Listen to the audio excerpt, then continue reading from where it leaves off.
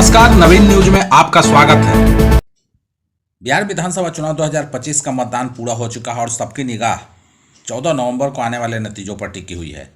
इस बार रिकॉर्ड तोड़ 70% के करीब मतदान हुआ है, जो बताता है कि जनता ने बड़े उत्साह से लोकतंत्र में अपनी भागीदारी निभाई है। लेकिन सवाल यह है कि बिहार के जनता ने किसे चुना है, नीतीश कुमार के नेतृत्व वाले एनडीए को या तेजस्वी यादव वाले महागठबंधन को। जहां राजनीतिक गलियारों में चर्चाओं का दौर तेज है, वहीं इससे लेकर कई तरह के विश्लेषण भी सामने आए हैं। कई लोगों का कहना है कि सत्ता की चाबी एनडीए के पास जाती दिख रही है। राजनीतिक विश्लेषक बता रहे हैं कि इस बार एनडीए को एक बार फिर से 130 से 150 की सीट मिलने का अनुमान है, जबकि विपक्षी महागठबंधन को 85 से 100 सीट के बीच आ सकती है। क्योंकि महिलाओं की इस बार मतदान में जो रुख तय किया है, उसकी भागीदारी 71.6% रही, जो पुरुषों से लगभग 9% ज़्यादा है। मुख्यमंत्री नारी शक्ति योजना जैसी योजनाओं का सीधा असर इस बार देखने को मिला है, जिससे महिलाओं ने एनडीए के भरोसे को वोट दिया है। इसके अलावा ओबीसी और एससी मतदाता भी बड़ी संख्या में एनडीए के पक्ष में दिखे हैं, जबकि युवा वर्ग, जो पहले तेजस्वी के साथ माने जा रहे थे, इस बार विकास बनाम जाति की सोच के साथ सरकार की योजनाओं से प्रभावित दिखे।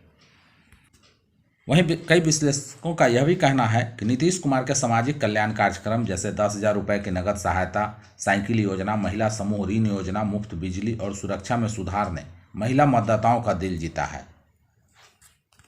हालांकि विश्लेषक यह भी बता रहे हैं कि इनके अलावा तेजस्वी यादव की 2500 रुपये प्रति माह वाली योजना को लोग भरोसेमंद नहीं माने, क्योंकि नीतीश ने पहले ही तुरंत लाभ की योजनाएं दे दी थी। कि इस बीच जनसुराज पार्टी भी जनता की उम्मीदों पर खड़ी नहीं उतरी, जिस वजह से वो काफ़ी पीछे दिख रहे हैं। हालांकि एनडीए सरकार एक बार वापसी की राह पर दिख रही है और जैसा कि जताया जा रहा है कि एक बार फिर से नीतीश कुमार मुख्यमंत्री बन सकते हैं। जिस तरह की बातें खुलकर सामने आ रही है, बिहार की जनता ने स्थिरता बनाम अस्थिरता को वोट दिया है। इसके अनुसार एनडीए को सफलता मिलने की उम्मीद है। साफ शब्दों में कहा जाए कि बिहार की जनता ने परिवर्तन नहीं, भरोसों पर वोट दिया है।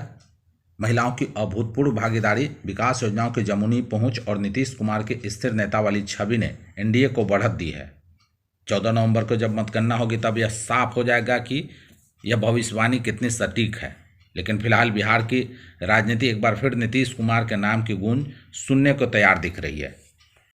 बिहार विधानसभा चुनाव 2025 को लेकर एग्जिट पोल के नतीजे आ गए हैं। एग्जिट पोल में एनडीए की सरकार बनती दिख रही है। हालांकि इस बार कई सीटों का पर मुकाबला दिलचस्प नजर आ रहा है।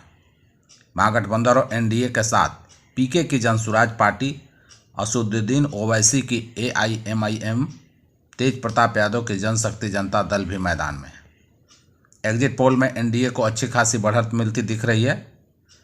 एनडीए को करीब 160 सीट मिलने का अनुमान बताया जा रहा है। वहीं महागठबंधन को 77 सीट मिलने का अनुमान है। अन्य के खाते में 6 सीटें जा सकती है। एग्जिट पोल में एनडीए को काफ़ी बढ़त मिलती दिख रही है। एनडीए को 44% वोट शेयर मिलने का अनुमान है, जबकि महागठबंधन को 38% वोट मिलने का अनुमान है। अन्य के खाते में 18% वोट जा सकता है।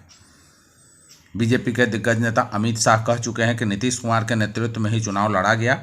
वहीं जदयू ने आधिकारिक रूप से कहा कि अगर एनडीए की सरकार बनेगी तो मुख्यमंत्री नीतीश कुमार ही होंगे।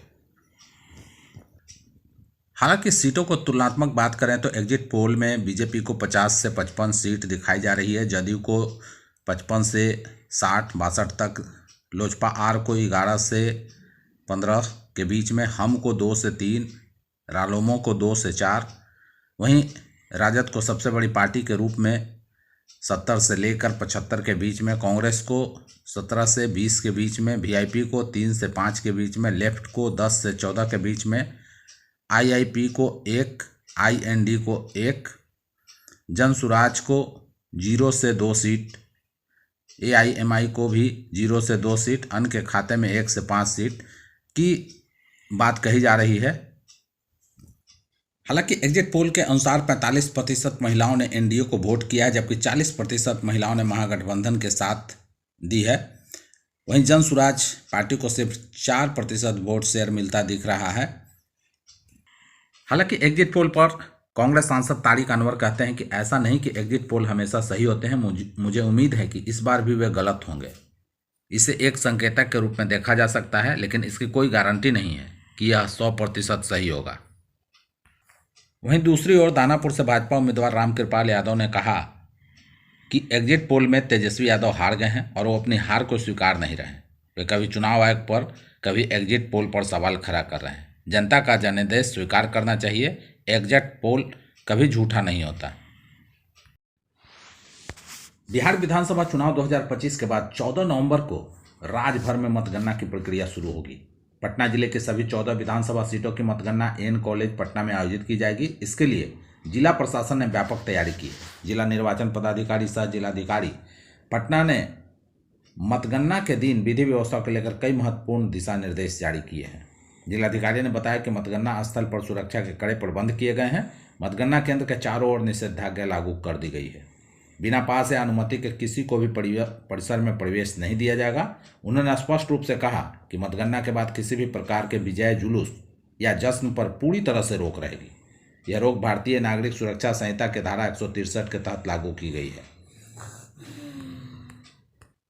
जिला प्रशासन ने यह भी स्पष्ट किया है कि आदर्श आचार संहिता 16 नवंबर तक प्रभावी रहेगी। इसलिए किसी भी दल या प्रत्याशी द्वारा मतगणना के बाद विजय समारोह, आतिशबाजी, शराब वितरण या सार्वजनिक रूप से बयानबाजी करना आचार संहिता का उल्लंघन माना जाएगा।